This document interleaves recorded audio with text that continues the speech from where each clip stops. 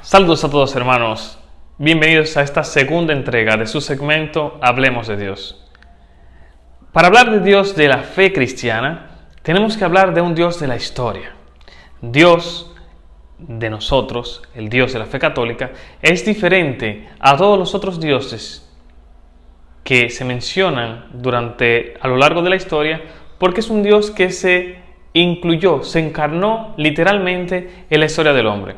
Por eso, para hablar de Dios, también hace falta, aparte de saber de qué Dios estamos hablando, saber la historia.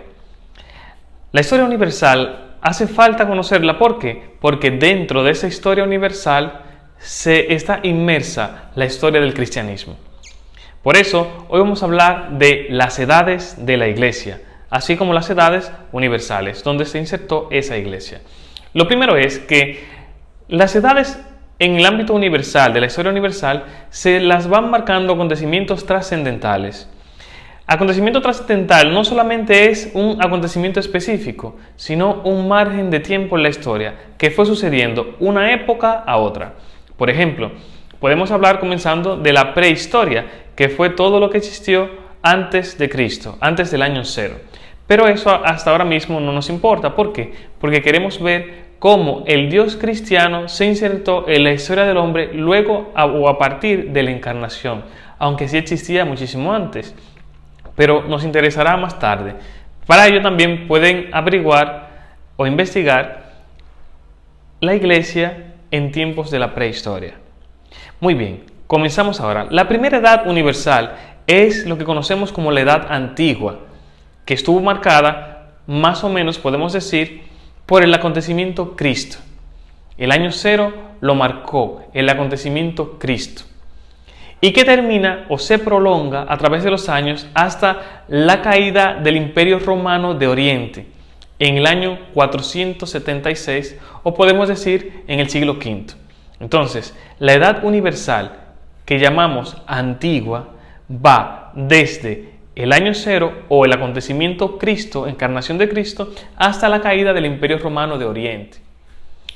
La segunda edad de la historia universal es la Edad Media. La Edad Media comienza en el siglo V o en el año 476, como dijimos anteriormente, con la caída del Imperio Romano de Oriente. Se prolonga durante 10 siglos hasta el siglo XV. Tenemos dos fechas importantes.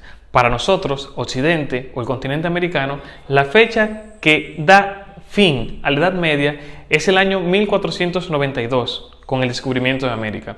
Para los occidentales, es decir, Europa y aledaños, la Edad Media termina en el año 1453, con la caída del Imperio Romano Bizantino o de Occidente. Luego de esto comienza lo que llamamos la Edad Moderna. La Edad Moderna se extendió por varios siglos hasta el año 1789 con la Revolución Francesa. Después de ahí en adelante comenzó lo que nosotros conocemos hoy como la Edad Contemporánea. Estos son los acontecimientos a vuelo de pájaro que marcaron la historia universal. Ahora, la Iglesia, el cristianismo, se insertó también dentro de esa historia. Se vio afectada por los acontecimientos que pasaron a través de la historia y tiene sus propias épocas. Entonces, dentro de la Edad Antigua, que va desde el año 0 con la encarnación de Cristo hasta el 476 con la caída del Imperio Romano de Oriente, se insertan dos épocas de la Iglesia. La primera época va con los apóstoles, por eso se llama época apostólica. La época apostólica se extiende desde los apóstoles hasta la muerte del último apóstol. Por la historia sabemos que el último apóstol en fallecer fue el evangelista San Juan, que murió en el año 90. Pero se extiende esa época un poco más hasta el año 100. El primer siglo, o el siglo 0, por decirlo de alguna manera, fue el siglo de la época apostólica. La segunda época de la Iglesia es la época patrística, que va desde el siglo 2 o 1 hasta el siglo VIII. Esta época se divide en dos partes. Una época que va desde el siglo 2 hasta el 3 y otra que va desde el 4 hasta el 8. La época patrística se caracteriza no ya por tener los apóstoles, sino porque el cuerpo doctrinal de la fe se desarrolló en estas fechas. Por ejemplo, un dato curioso que revelaremos más adelante es que los 7 sacramentos de la Iglesia que hoy nosotros conocemos, en aquel tiempo de la época patrística, no estaban definidos como tú y yo los vemos definidos hoy. Muy bien. Hasta entonces, época patrística desde el siglo I hasta el VIII. De la tercera época que tenemos que hablar, eclesiástica, es la época escolástica. La época escolástica comenzó en el finales del siglo VIII, principios del siglo IX, y se extendió desde el siglo VIII hasta el siglo XV, o hasta el 1460-65, con la Contrarreforma o con el Concilio de Trento. ¿Qué caracterizó este tiempo? Que se divide en 3 etapas. Primero hay un auge o un nacimiento, por decirlo de alguna manera, entre el siglo IX al X, XI. Luego tenemos en el siglo XIII donde repunta la época escolástica, donde se dan los grandes pensadores, Santo Tomás de Aquino, San Anselmo, etc., los grandes monasterios, los grandes pensadores, los grandes escritores. Se pasa de la teología agustiniana a la teología de Tomás de Aquino. Un gran salto. Luego, esta época termina, obviamente, como dije, en el 65. Luego de esto, hay una paridad de épocas. La época moderna de la época de la historia universal y la época moderna de la Iglesia. Esta época moderna podemos decir que se caracterizó por el Concilio de Trento, obviamente. Se comenzó a celebrar la misa de una sola forma en todos los ámbitos, en todas las iglesias existentes hasta ese momento. Luego de esto, entonces, tenemos otra época, la época contemporánea.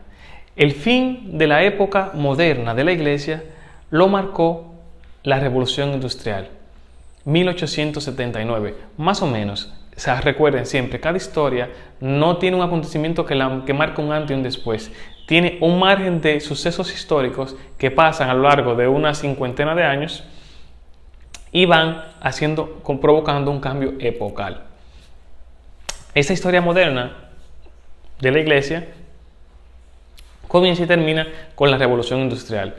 Una gran encíclica que podemos ver fue la de León XIII, la Rerum Novarum, la encíclica de las cosas nuevas, que marcó un hito histórico que todavía hoy celebramos. La última época que celebramos en la Iglesia es lo que llamamos la época contemporánea. De una forma u otra podemos decir que comenzó en el siglo XX, siglo XXI, que se ha dado con grandes avances, ha vivido 2 guerras mundiales y otros grandes acontecimientos que han marcado la historia de una forma trascendental. Uno de los hechos sobresalientes de esta época contemporánea fue el Concilio Vaticano II, que se celebró en 1965. ¿Qué tiene de particular el Concilio Vaticano II? Que fue el concilio donde se elaboró una forma nueva de realizar el acto eucarístico que hoy conocemos. Una particularidad que siempre agradeceremos es la traducción de los libros litúrgicos a las lenguas vernáculas, es decir, a las lenguas de cada país, lenguas nativas, ¿no? Esto ha sido todo por hoy. Hemos visto las edades de la Iglesia Universal, de la historia universal, y hemos visto las épocas de la Iglesia. Recuerden, el Dios del cristianismo, el Dios de nuestra fe, es un Dios diferente a los otros dioses porque se encarna en la historia del hombre. Y por eso se ve, no Dios, nosotros, como somos seres sujetos a la historia, ese Dios nos habla a través de una historia concreta. Tú tienes una historia, yo tengo una historia. Dios habla dentro de esa historia. Dios no es ajeno a la vida del hombre. Si te ha gustado este clip, pon tu comentario, dale me gusta. No olvides activar las notificaciones de este canal y dale a la campanita para que te lleguen las notificaciones. Cuídense y nos vemos la próxima semana.